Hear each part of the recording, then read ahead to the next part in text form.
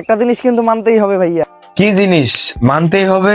যখন থেকে আমি এই কয়েল চালানো বন্ধ করছি তখন থেকে কিন্তু সারা দেশে মশার উৎপাত বাইরে গেছে। দিল এক ধাক্কা মেরে দিল, কাফি ভাইয়ের মান সম্মান সব মাটির সাথে মিশিয়ে দিল। এই মশা তাড়ানোতে আমার কিন্তু একটা অবদান ছিল ভাইয়া। হ্যাঁ ভাইয়া, আমরা বুঝতে পারছি তুমি এই ভিডিওতে বাসটা কাকে দিচ্ছ। অবদান অস্বীকার করা যাবে না ভাইয়া, দুনিয়াটা কিন্তু গোল। ওমর ভাই সবসময় উচিত কথা বলে ভিডিও বানাই, এই জন্য ওমর ভাইকে আমার কাছে অনেক ভালো লাগে। এই যে ভিডিওর মধ্যে দিয়ে দিল একটা বাস ঠাস করে কাফি ভাইকে।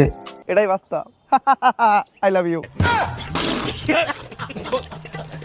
আমার মতো যাদের ওমর ভাইয়ের ভিডিও দেখতে ভালো লাগে তারা কমেন্ট বক্সে জাস্ট আমি লিখে যাও।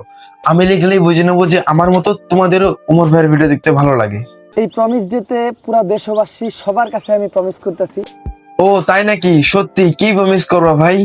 এখন থেকে আর পাচারবো না, পাচাটার কোনো সুযোগ নেই। এই পুঙ্গা মারা গেছে, মনে হচ্ছে বাসটা কাকে যেন দিচ্ছে। এখন থেকে আর পাচারবো না, এখন থেকে চাপবো শুধু প্রাক্তনকে আর সুন্দর সুন্দর রমণীকে। দিল বাসটা ভরে দিল, আবার সে বাসটা কাফি ভাইকে দিল। এটাই বাস্তব। ওমর ভাই গোল ভাতে নিয়ে ভিডিও বানাইছে, মানে বুঝতেছেন? গোল ভাতে নিয়ে মানেই কাফি ভাইকে বাস দেওয়া। বর্তমান দেখলাম কাফি ভাই নাকি বই লিখো। কাফি ভাইয়ের বই তো আমি পড়ি নাই, সেজন্য বই বিষয়ে আমি কিছু বলতে পারলাম না।